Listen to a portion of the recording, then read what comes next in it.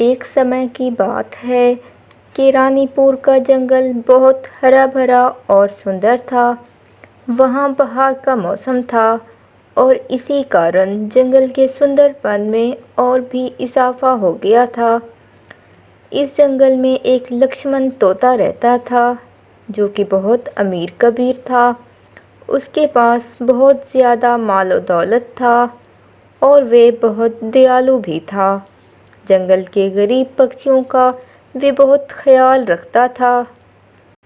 लक्ष्मण तोते भैया, कैसे हैं आप? अरे अरे, आओ मीनू बहन, मैं बिल्कुल ठीक हूँ। तुम बताओ कैसे आना हुआ?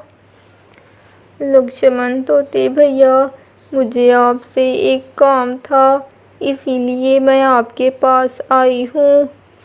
आपके अलावा इस जंगल में और कौन सा पक्षी है जो मेरी सहायता कर सके? अरे हाँ मीनू बहन, बोलो तुम्हें क्या काम है? मुझे तुम्हारी मदद करके बहुत खुशी होगी। लक्ष्मण तोते भैया, आज सारा दिन मेरी तबीयत बहुत ख़राब थी, जिसके कारण मैं भोजन लेने नहीं जा सकी। आप तो जानते हैं मेरे बच्चे अभी बहुत छोटे हैं, वो अकेले बाहर नहीं जा सकते। मुझे उनके लिए थोड़ा सा भोजन मिल सकता है क्या? मीनू बहन, तुम्हें जो भी चीज़ चाहिए तुम मुझसे ले सकती हो। तुम्हें जितना भी भोजन चाहिए तुम ले जाओ, फिर अपने बच्चों का पेट भरो। बहुत शुक्रिया लक्ष्मण भैया, आप बहुत अच्छे हो। इसी तरह किसी भी पक्षी को मदद चाहिए होती तो लक्ष्मण तोता हमेशा उनके काम आता। लक्ष्मण तोता बहुत अमीर था, लेकिन उसके जीवन में एक ही कमी थी, औलाद की। उसके यहाँ कोई औलाद ना थी, जिसके कारण वे बहुत उदास हो जाता था। एक रोज़ लक्ष्मण तोता अपने घर में अकेला बैठा सोच रहा था, मेरे पास इतना ज़्यादा माल और दौलत है, मैं इतने ज़्यादा माल और दौलत को कैसे अकेला इस्तेमाल कर सकता हूँ? क्यों ना मैं अनाज और गरीब पक्षियों के लिए इस दौलत को खर्च कर दूँ। इससे उनका भी भला होगा और मुझे भी सुकून मिलेगा। लक्ष्मण तोता जंगल के सारे पक्षियों को इकट्ठा करने के लिए ऐलान करता है, सुनो सुनो सुनो मेरे प्यारे पक्षियों, मुझे एक ज़रूरी बात करनी है। तुम सब यहाँ पे जमा हो जाओ। जब सारे पक्षी एक जगह पे जमा हो जाते हैं तो वे सोचते हैं, अरे न जाने लक्ष्मण भैया ने हमें यहाँ पर क्यों बुलाया है। अरे मैं भी यही सोच रहा हूँ कि ऐसी क्या बात है जिसके लिए लक्ष्मण भैया ने हम सबको यहाँ पे बुलाया है। ज़रूर कोई बात होगी, इसीलिए लक्ष्मण भैया ने सारे पक्षियों को एक साथ बुलाया है। इतने में लक्ष्मण तोता भी वहाँ पर आ जाता है और उनसे कहता है, अरे मेरे प्यारे पक्षियों, जैसा कि आप सबको मालूम है मेरे पास बहुत सारा माल और दौलत है, लेकिन मैं अकेला इतना माल ख़त्म नहीं कर सकता। मैं चाहता हूँ ये सारा माल और दौलत आप पक्षियों के काम आ जाए। मैंने एक अनाथाश्रम बनाने का फ़ैसला किया है, जहाँ सब अनाथ पक्षी बच्चे अपना जीवन खुशी से बिता सकेंगे।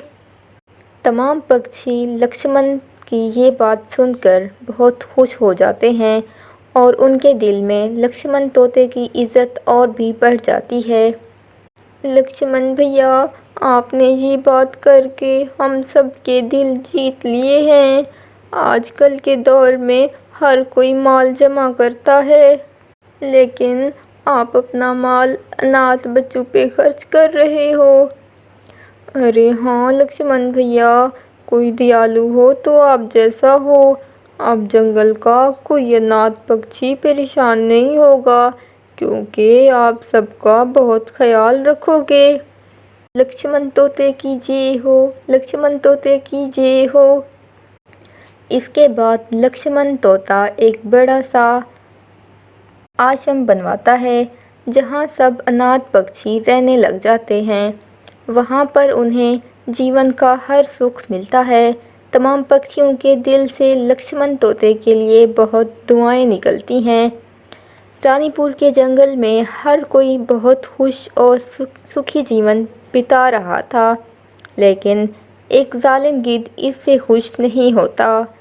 वे चाहता है कि लक्ष्मण तोते की सारी दौलत पे वे कब्ज़ा कर ले, क्योंकि वे बहुत लालची और जालिम था। एक सुबह लक्ष्मण तोता अकेला सुबह की सैर के बाद जंगल में वापस आ रहा था कि गिद्ध ने उसे देख लिया और लक्ष्मण तोते पे हमला कर दिया और उसे जान से मारने की कोशिश की। तोते की आवाज़ सुनकर अनाथ पक्षी सारे वहाँ पर जमा हो जाते हैं और तोते को इस हालत में देख के परेशान हो जाते हैं। अरे अरे भाइयों, हमें लक्ष्मण चाचा को बचाना होगा। हाँ मेरे भाई, मेरे पास एक सुझाव है। हम सब मिलके इस गिद्ध पर हमला कर देते हैं। इस तरह हम लक्ष्मण चाचा को बचा लेंगे। तमाम पक्षी मिलके गिद्ध पर हमला कर देते हैं। अचानक हमले से गिद्ध संभल नहीं पाता और बहुत जख्मी हो जाता है। अरे मेरे प्यारे बच्चों, तुमने सही समय पे आके मुझे बचा लिया। तुम सबका बहुत शुक्रिया। तमाम अनाथ बच्चे लक्ष्मण को जीवित देख के बहुत खुश हो जाते हैं और खुशी से उसको गले से लगा लेते हैं।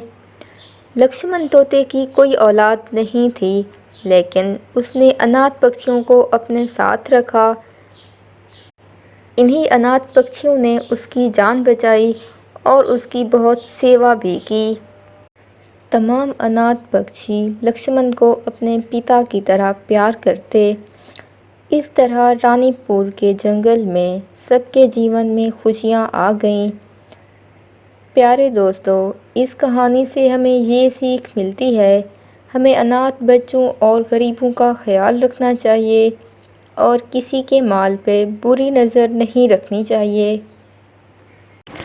घने जंगल में नीलो चिड़िया रहती थी। उसके 7 बच्चे थे। वो अभी बहुत छोटे थे, क्योंकि वो सभी अंडों से अभी अभी बाहर निकले थे। मेरे प्यारे बच्चों, मैं आप सबके लिए नरम भोजन लाती हूँ। जब तक आप अपने घोंसलों में ही रहना। ऐसा कहकर नीलो चिड़िया भोजन लेने के लिए चली जाती है। कुछ अंगूर उसे ज़मीन पर गिरे पड़े दिखाई देते हैं। अरे अरे वाह, कितने जल्दी भोजन मिल गया। अब जल्दी से घर जाती हूँ। बच्चे अंगूर खाएंगे तो बहुत खुश होंगे। नीलो चिड़िया जैसे ही उन अंगूरों को लेने के लिए बैठती है, तो वो शिकारी के जाल में फंस जाती है। शिकारी नीलो चिड़िया को वहाँ से ले जाता है। इधर नीलो चिड़िया के बच्चे अपनी माँ का बेसब्री से इंतज़ार कर रहे थे। अरे अरे भैया, माँ को कितना वक्त हो गया है जाते हुए, वे अभी तक घर क्यों नहीं लौटी है। मुनमुन, हम थोड़ी देर इंतज़ार करते हैं, मम्मा तो बस आती ही होगी। सुबह से शाम हो जाती है, परंतु नीलो चिड़िया अभी तक घर नहीं आती। इधर नीलो चिड़िया के छोटे छोटे बच्चे भूख से तड़प रहे थे।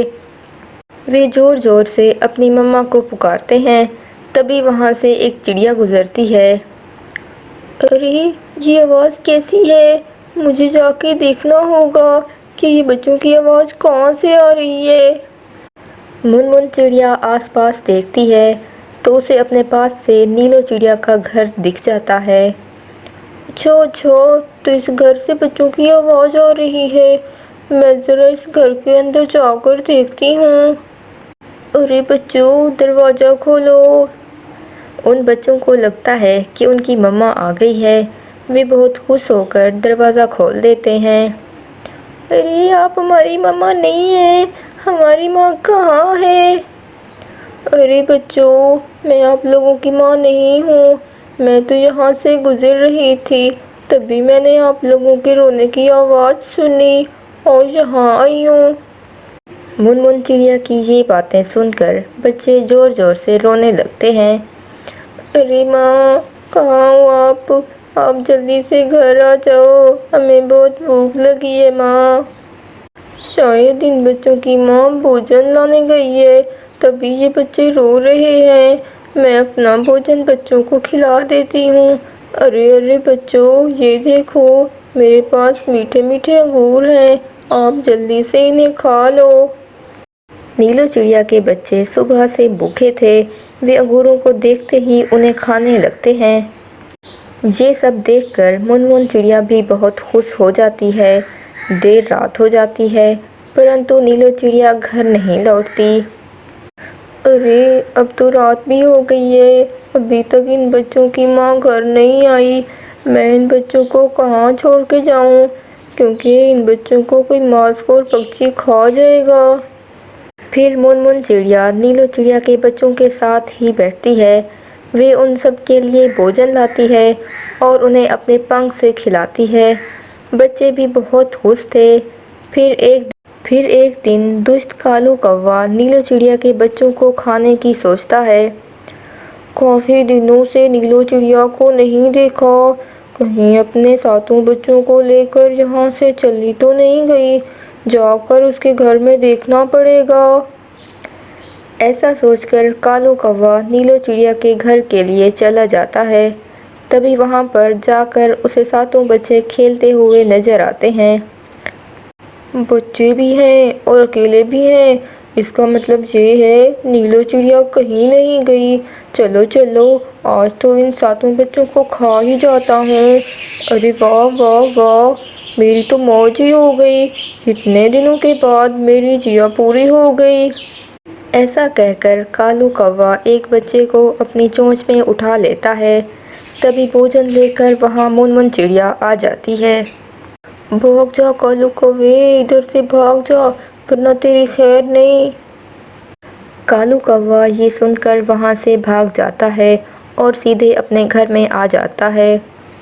बच गया, अरे बच गया, आज तो इस चिड़िया ने मुझे मार ही डालना था। अगर मैं थोड़ी देर पहले चला जाता तो नीलू चिड़िया के सातों बच्चों को खा लिया होता। तभी कालू कौवे को समझ आता है कि वो तो नीलू चिड़िया नहीं थी, फिर बड़े वो कौन है और नीलू चिड़िया के बच्चों को क्यों बचा रही है। अरे अरे, मैं नीलू चिड़िया के घर के बाहर ही अपना घोंसला बनाता हूँ और उनके बच्चों पर नज़र रखता हूँ, आखिर माजरा क्या है। अरे अरे मेरे प्यारे बच्चों, आप घर से बाहर बिल्कुल ना जाना और किसी के लिए दरवाज़ा भी ना खोलना। ठीक है मम्मा, हम किसी के लिए भी दरवाज़ा नहीं खोलेंगे और ना ही घर से बाहर जाएंगे। दूर से नज़र रखे हुए कालू कौवा सब देख रहा था। वो अब समझ जाता है कि नीलू चिड़िया भी अपने बच्चों के पास नहीं है।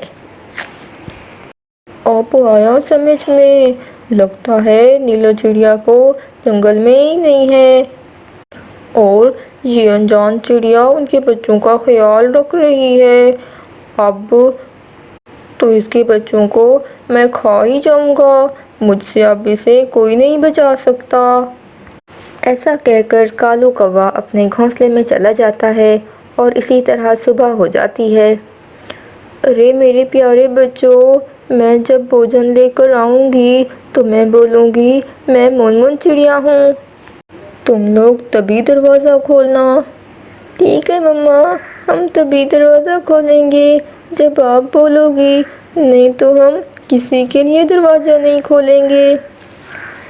ऐसा कहकर मुनमुन चिड़िया वहाँ से भोजन लेने के लिए चली जाती है और कालू कौवा मुनमुन चिड़िया को भोजन लाने के लिए देख लेता है। अरे चली गई, भोजन लेने के लिए चली गई, अब जाता हूँ मैं बच्चों के पास। फिर कालू कौवा नीलू चिड़िया के घर के पास चला जाता है और बच्चों को दरवाज़ा खोलने को कहता है। अरे अरे बच्चों, दरवाज़ा खोलो, मैं आपका कालू मामा हूँ। नहीं नहीं कालू मामा, हम दरवाज़ा नहीं खोल सकते। मामा ने हमें दरवाज़ा खोलने से मना किया है, हम दरवाज़ा नहीं खोलेंगे। अरे मेरे प्यारे बच्चों, मैं आपका कालू मामा हूँ और आप सबके लिए खाने की बहुत अच्छी अच्छी चीज़ भी लाया हूँ, तो जल्दी से दरवाज़ा खोल दो। नहीं नहीं, हम दरवाज़ा नहीं खोलेंगे, हम बस अपनी मम्मा के लिए ही दरवाज़ा खोलेंगे। कालू कौवा ये सब सुनकर बहुत ज़्यादा गुस्से में आ जाता है और उसे एक और सोचती है, ये बच्चे तो ऐसे दरवाज़ा नहीं खोलेंगे। मैं ऐसा करता हूँ, चिड़िया की आवाज़ में बोलता हूँ, फिर शायद ये बच्चे दरवाज़ा खोल दें। अरे अरे मेरे प्यारे बच्चों, दरवाज़ा खोल दो, मैं भोजन लेकर आ गई हूँ। नहीं नहीं, आप हमारी मम्मा नहीं हो, हम दरवाज़ा नहीं खोलेंगे।